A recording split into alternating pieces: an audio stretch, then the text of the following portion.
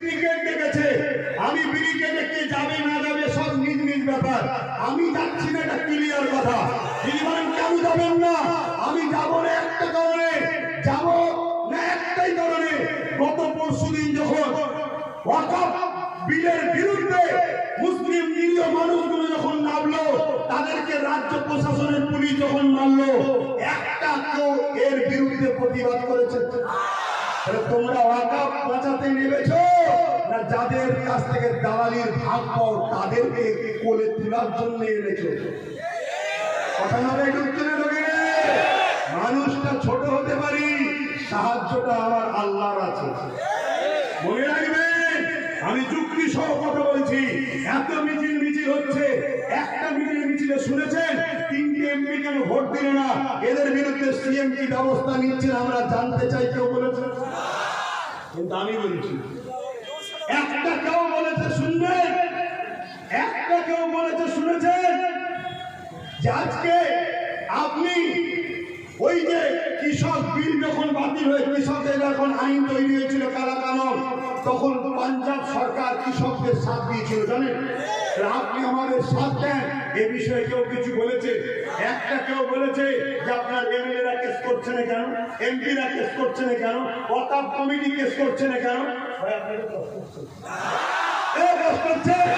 আপনাদের কাছে যদি আল্লাহ আগে হয় আমার কথা পছন্দ হবে, ইসলাম যদি আগে হয় আমার কথা পছন্দ হবে, মসজিদ মাদ্রাসা আগে হয় আমার কথা পছন্দ হবে, আর এই মুনাফিক বেঈমান নেতা যদি আগে হয় অবশ্যই আমার কথা অপছন্দ হওয়াটা স্বাভাবিক, ঠিক না ঠিক?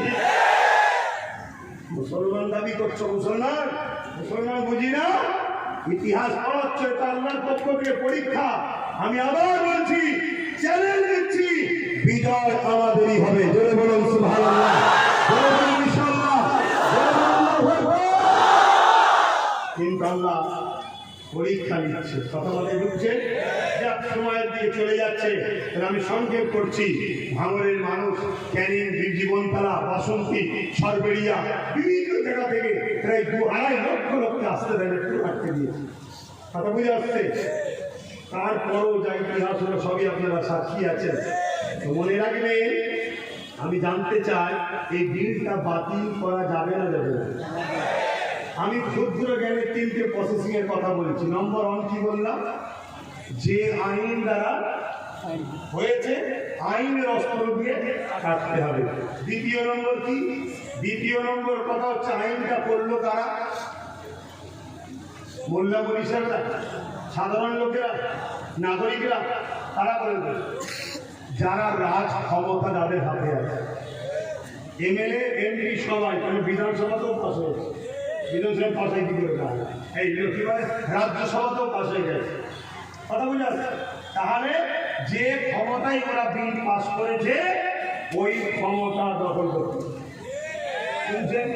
সেকুলার দল যারা আছে, সেকুলার দল যারা আছে তাদের সবাইকে সাথে দাও, সবাইকে ডাকো। যদি বলে না তোরা আমাদের পিছনে থাক, তাহলে জানলে আবার ঠাকুর এই বলবে দিল্লি যাও, ওই জিতে আবার বলবে দিল্লি যাও। না, ওটা বললে হবে না। আমি যখন বলেছিলাম চেয়ারের 4টে পায়ে একটা পায়ে রাখো, বলেছিলাম না? বলে একটু মাথায় ঢুকাও, ডাক করছো, একটু মাথায় ঢুকা। ধরো না যিনি সিএম আছে উনি আছে, কিন্তু 3টে পায়া ওনার, একটা পায়া আমাদের। এই জায়গায় বড় চেয়ারে উনি বসে আছে। আমরা যদি বলতাম দিল্লি যাও, এ কথা বললেন পায়া খুলে নেবো, ক্ষমা চাইবে না চাইবে না? আমরা যদি বলি এক্ষুনি দিল্লি যে আপনাকে কেস করতে হবে, যাবে না যাবে না? একটা পায়া খুলে নিয়ে চেয়ার চলে যাবে। এই জন্য বলেছিলাম যে নিজেদের একটা হাতে পায়া রাখো, সব ছেড়ে দিওনি।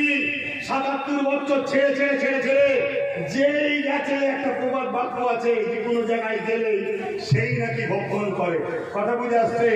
অতএব যেই এসুক বাবা আমাদেরকে ভক্ষণ করবে, নিজেদের হাতে পাওয়ার রাখা দরকার আছে না নাই? এই পাওয়ার তৈরি করো, তাদের 5 বছর যাক, 10 বছর যাক, সংখ্যা গরিষ্ঠতা দিয়ে বিল পাস করেছে, সংখ্যা গরিষ্ঠতা দেখিয়ে আইন পাস করে আবার ওই বিলকে বাতিল করাতে হবে ইনশাআল্লাহ। জোরে বলেন ইনশাআল্লাহ। সম্ভব আছে না নাই? দুটো রাস্তা বললাম। 3 নম্বর রাস্তা, কৃষক ভাইয়েরা কিভাবে বিল বাতিল করেছিল।